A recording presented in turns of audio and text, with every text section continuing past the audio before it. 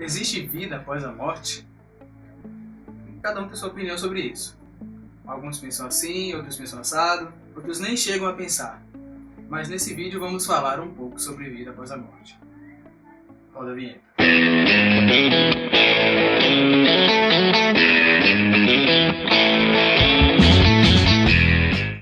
Em Eclesiastes 7:2 diz: melhor é ir à casa onde há luto do que ir à casa onde há banquete, porque naquela está o fim de todos os homens, e os vivos aplicam isso ao seu coração. Existem várias crenças ao redor do mundo. Eu aprendi assistindo aquelas novelas da Record, assistindo alguns filmes também, e fazendo algumas pesquisas. Os egípcios, eles acreditam no seguinte: depois que você morre, você vai para um certo tribunal onde tem os deuses, tem também os juízes lá, e tem uma balança. De um lado da balança tem uma pena de uma deusa, que é a pena da justiça. E do outro lado é onde você põe o seu coração. Se o seu coração pesar mais que a pena, você é considerado indigno. Você é condenado a uma espécie de inferno, vira um demônio e depois acaba morrendo. Mas se a pena pesar mais que o coração, você vai como se fosse para o céu dos egípcios. Sartre, um filósofo francês, ele defendia a visão de que não existe vida nem antes nem depois daqui. É só aqui e acaba. Há outras visões também, outras doutrinas que acreditam que não há nada depois daqui. Outras dizem que nós somos parte do universo. Nós viemos do universo e quando morremos, nós voltamos para o universo como uma espécie de energias. E também várias religiões do mundo acreditam na reencarnação. Mas no final das contas, qual delas é a verdadeira? Por que existem tantas verdades assim? Pense bem, todos os seres humanos, independente da crença, da religião, eles nascem da mesma forma. Eles vêm de um pai, de uma mãe, vivem, crescem, se alimentam, têm sentimentos, sangram e morrem da mesma forma. Mas, quando chega na morte, os caminhos mudam. Por que existem vários caminhos? Será que se eu acredito que eu vou para o tribunal de Osíris e acabar morrendo e não existe mais nada? Ou será que talvez se eu acreditar que eu vou reencarnar e acabar virando energia? Ou será que no meio de minha vida, se eu deixar de acreditar em uma coisa e acreditar em outra, a vida após a morte muda para mim também? Eu acho pouco provável existirem várias verdades. Assim como a gravidade é verdade para mim, é verdade também para aquele que acredita que pode voar. Ah, Zé, mas se for assim, então tem muita gente enganada no mundo, acreditando que vai para um lugar e depois que morre vai para o outro. Exatamente. E é por isso que estamos gravando esse vídeo. Além de demonstrar a minha opinião, falar sobre o caminho, a verdade e a vida. Jesus. Lá em João 14,6, Jesus afirma: eu sou o caminho, a verdade e a vida.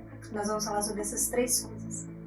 Quando ele diz, eu sou o caminho, ele está afirmando que ele é a única forma de você ir até Deus. Ele é a única forma de você se relacionar com o Pai. Mas não é um relacionamento passageiro. Quando ele afirma, eu sou a verdade, ele está falando muito mais do que uma verdade intelectual. Não é somente você entender na sua mente, mas entender no seu coração. Se eu estiver chupando uma laranja e eu disser pra Zaya, como essa laranja está doce, ele só vai saber se está doce se ele experimentar. E Jesus da mesma forma. Nós precisamos experimentar, ter um relacionamento com ele. Mas ainda que você não se relacione com ele, ou ache que ele não é a verdade, ele vai continuar sendo a verdade. Porque se você acredita, ele é Deus. Se você não acredita, ele continua sendo Deus. Há uma grande diferença entre você saber fatos sobre alguém e você conhecer a pessoa, verdadeiramente.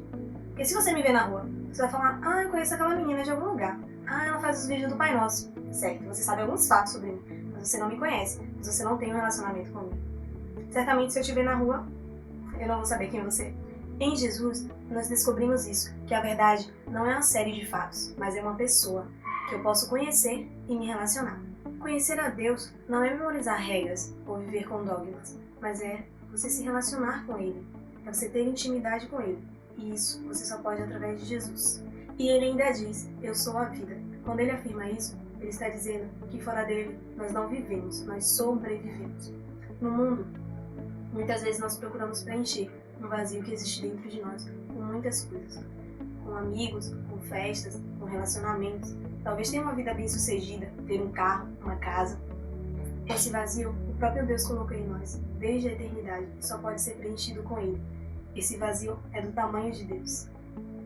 Em Jesus está tudo o que nós precisamos. Nele, nós temos a plenitude de vida. Em 1 João, capítulo 5, a partir do versículo 11 diz: E o testemunho é esse, que Deus nos deu a vida eterna, e esta vida está em seu Filho. Quem tem o Filho de Deus tem a vida. Quem não tem o Filho de Deus não tem a vida. Essas coisas vos escrevi para que saibais que tendes a vida eterna e para que creiais no nome do Filho de Deus. Deus nos deu a vida eterna, e essa vida eterna é o seu Filho Jesus. Ele é o caminho para a vida eterna, é a verdade que leva para a vida eterna e é a própria vida eterna. Torce do lado e vai daqui. Só que você tá bem pra cá, mas... Pode falar? De boa. Tá vendo meu nariz aí? Então é isso. Se você gostou do nosso vídeo, curte aí, compartilha, dá um like. Dá um like. Tá gravando, né? Eu pensei que você tinha pausado. Mas tá gravando, né? Gente, dá um like e se inscreve. Sabe? Eu vejo tanto vídeo no YouTube, não dou like, não me inscrevo. E agora eu entendo a depressão de um YouTube. Verdade. Se você gostou mesmo aí, você dá uma força, curte e compartilha, valeu? E não se esqueça. Peguei surpresa. Vem pra cá, Só fale. E não se esqueça. Existe um Pai por trás do Deus.